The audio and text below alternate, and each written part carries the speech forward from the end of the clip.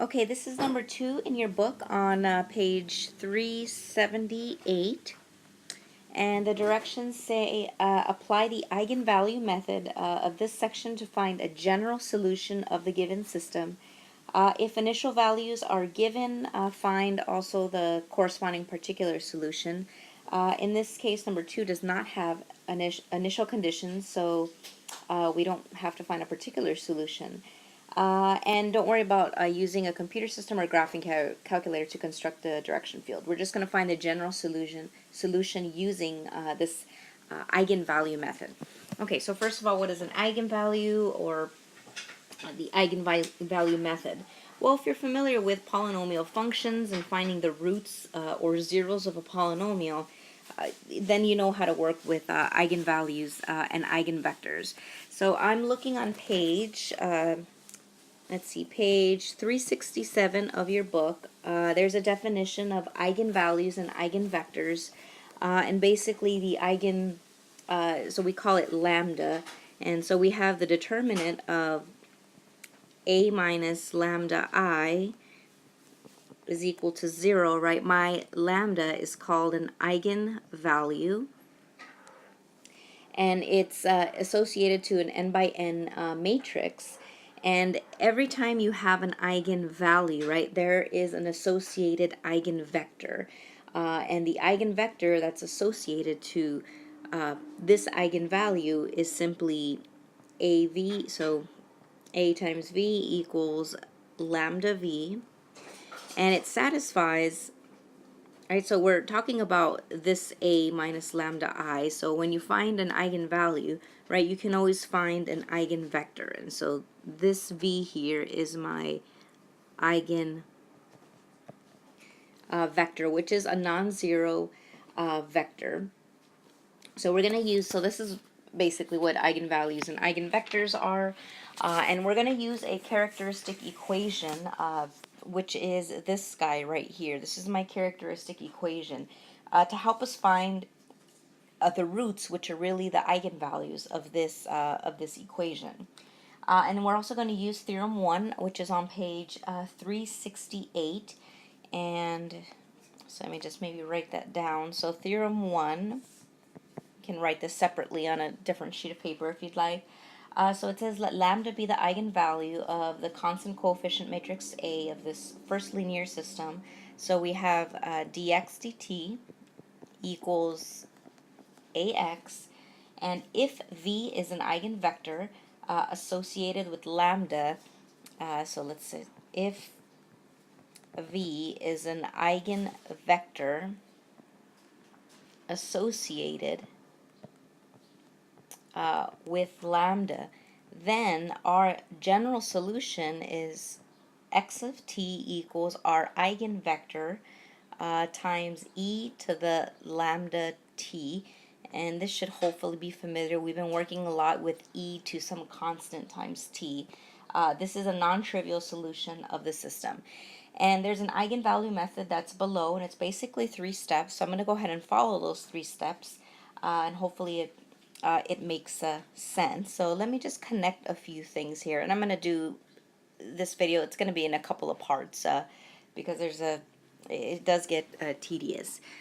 Okay, so my ax, right, that I'm talking about, right, my a times x, okay, this is my a times x here, and let me move this down a little bit.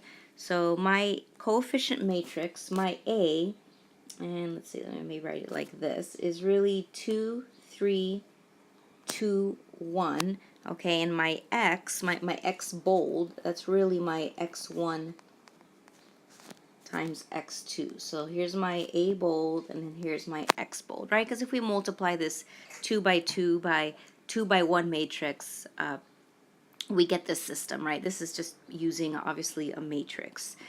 Okay, so let's see. Now so theorem 1, right, is going to help us find our general solution. Okay, so let's just start with following the steps. So page 368, so the first thing we want to do,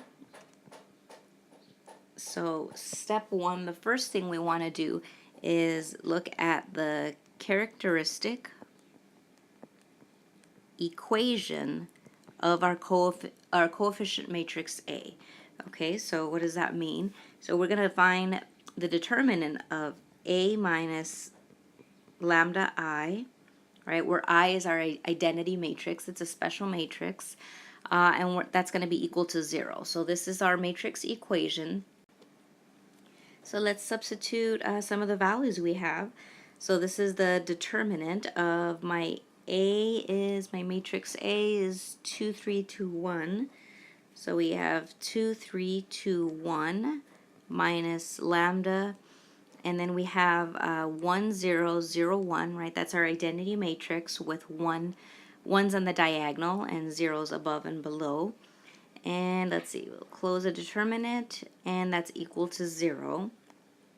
Okay, so we have the determinant of, excuse me, of 2, 3, 2, 1. And I'm subtracting, here's scalar multiplication, right? I'm multiplying in that lambda to each entry. So that gives us lambda 0, 0, lambda. And my lambdas look like x's. So there's my lambda, lambda.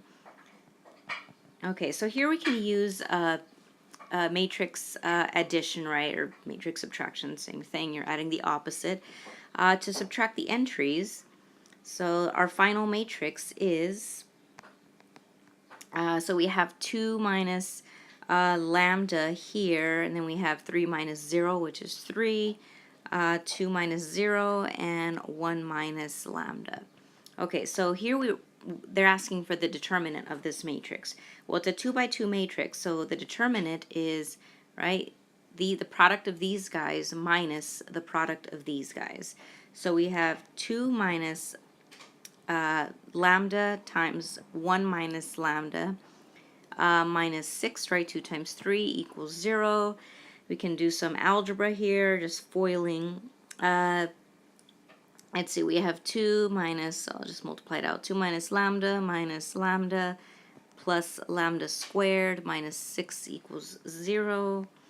And 2 minus 3 lambda plus lambda squared, and we can actually write, well, we can actually combine, right, these guys. So minus 4 equals 0. And I'm going to go ahead and factor out, well, actually, let's rewrite this. So we have lambda squared in descending order minus 3 lambda minus 4 equals 0. And we can factor this, right? This is very similar to a polynomial. We just have this eigenvalue. So we have, let's see, lambda, and it looks like it's going to be minus 4 plus 1, right? Use the zero factor property. So this factor gives us lambda 1 equals, well, let me call it lambda 1 because it's distinct. Lambda 1 is 4.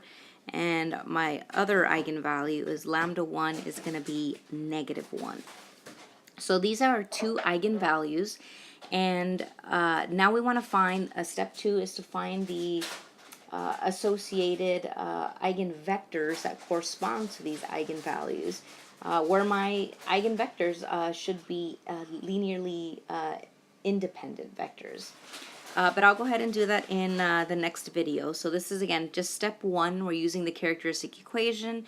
And so far, right, these guys are my eigen values.